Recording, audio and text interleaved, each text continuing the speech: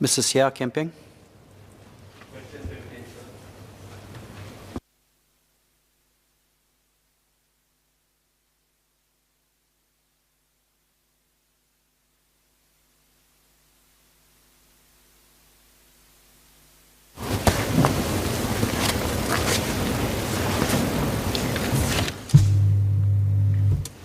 Mr. Deputy Speaker, sir, in the last 5 years, the annual number of single unwed citizen mothers estimated by the annual number out of wedlock births has averaged around 830 per year.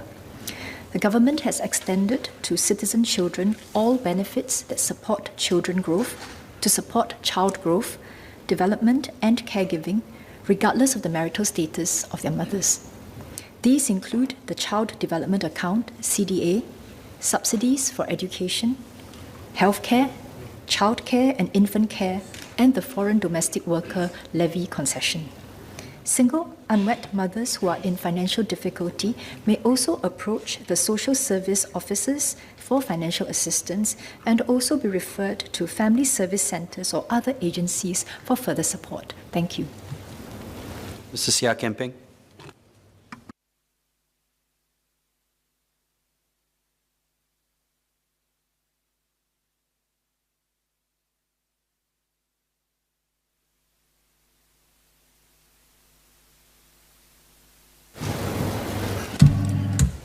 Sir, I thank MOS Sun Xueling for her answers. I would like to ask a few supplementary questions. I wonder, the 830 numbers that you mentioned, the average number in the last 5 years, are you able to give the exact numbers in the last 5 years? Where I'm getting at is the number increasing? Is the trend a decreasing one? Second question is, regardless of the trend, 830 is still not a small number.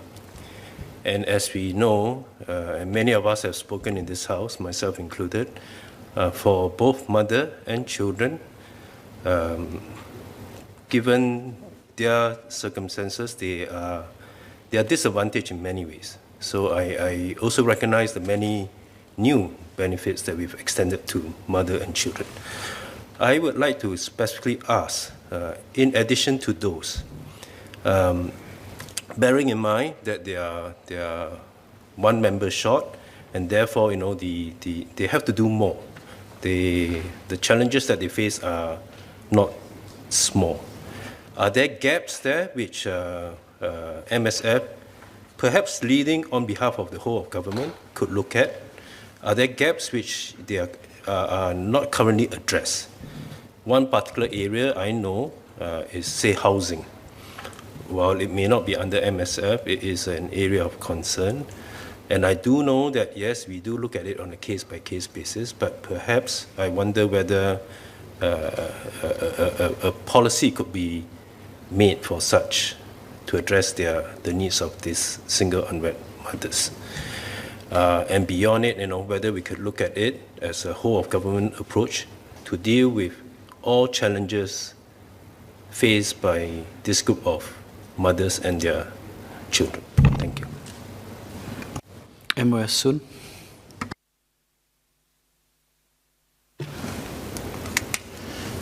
I thank the member for his comprehensive list of supplementary questions. Perhaps I start off with the numbers first. Based on the numbers I have, for single unwed mothers between the years 2006 to 2012, the numbers have been above 1,000 a year. You have specifically asked for the numbers in the past 5 years. I mention this because actually after 2012, starting from 2013, the average number of single unwed mothers per year has been less than 1,000 per year. And specifically for the last 5 years that you have inquired about, in 2016, the number is 843, 2017, 805, 2018, 891, 2019, 783, 2020, 859. So we can see that if we look at it, from 2006 to 2020, it looks like the numbers on average have come down. But this is a number that we monitor closely because we do agree with you that we want to ensure that we give as much support as we can to single unwed mothers. On his larger question about what we're doing, whole of government, to support single unwed mothers, I'd like to say that we hold a couple of principles. One I have mentioned in my main reply, which is that we have equalized the benefits for all citizen children. And I've mentioned that in my main reply. We have consistently been doing this 2013, 2016, 2017, a whole range of updated measures to support citizen children. There are some specific government policies that are specific to the encouragement of parenthood within marriage. So there are a few that are separate from the equalization of all child benefits, which I mentioned earlier. But coming back to the main point of the question, which is what is our whole of government approach towards supporting single unwed mothers? And I'd like to mention a few points. Firstly, we know that we must tackle their basic needs. And if there is any need from them for financial assistance, ComCare, our social service office, and for longer term support, the FSCs as well, because they build a relationship with the single unweds and know best what they need, this is available to them.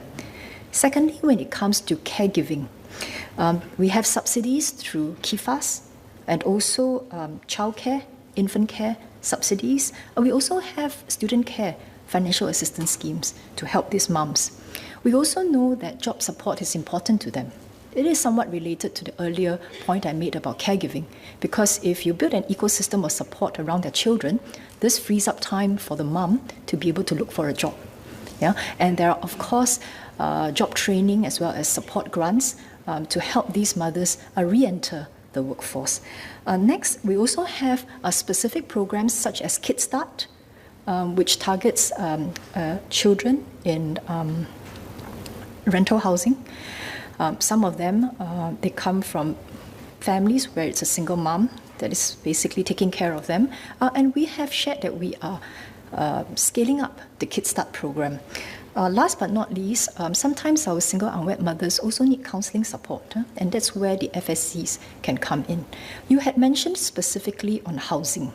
I think I can't answer on MND's behalf, but from my last posting at the MND, and this was a topic that has been actively raised by member Louis Ng before, the MND has proactively removed impediments to single unweds when they try to apply for housing, for example, through the HDB online portal. So no single unwed mother will be turned away at the onset from applying for housing. The HDB will assess whether or not the single unwed mother has family support. And in the instance where she does not have family support and she has a citizen child, then rest assured that the HDB will ensure that she has housing options. Thank you very much.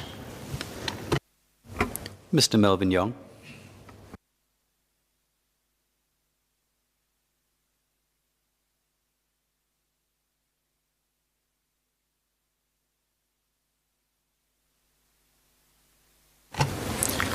Thank you, Mr. Deputy Speaker.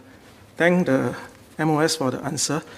I think we can all agree single unwed mothers do face a multitude of challenges, ranging from housing to caring for their children with limited resources. My question focuses on the children of single unwed mothers. I'd like to ask if the ministry can consider embarking on a comprehensive study to examine whether the children from single unwed families do suffer disadvantages in their education and also later in life, their job opportunities and their income, and to explore how we can better assist these children upstream to fulfill their best potential.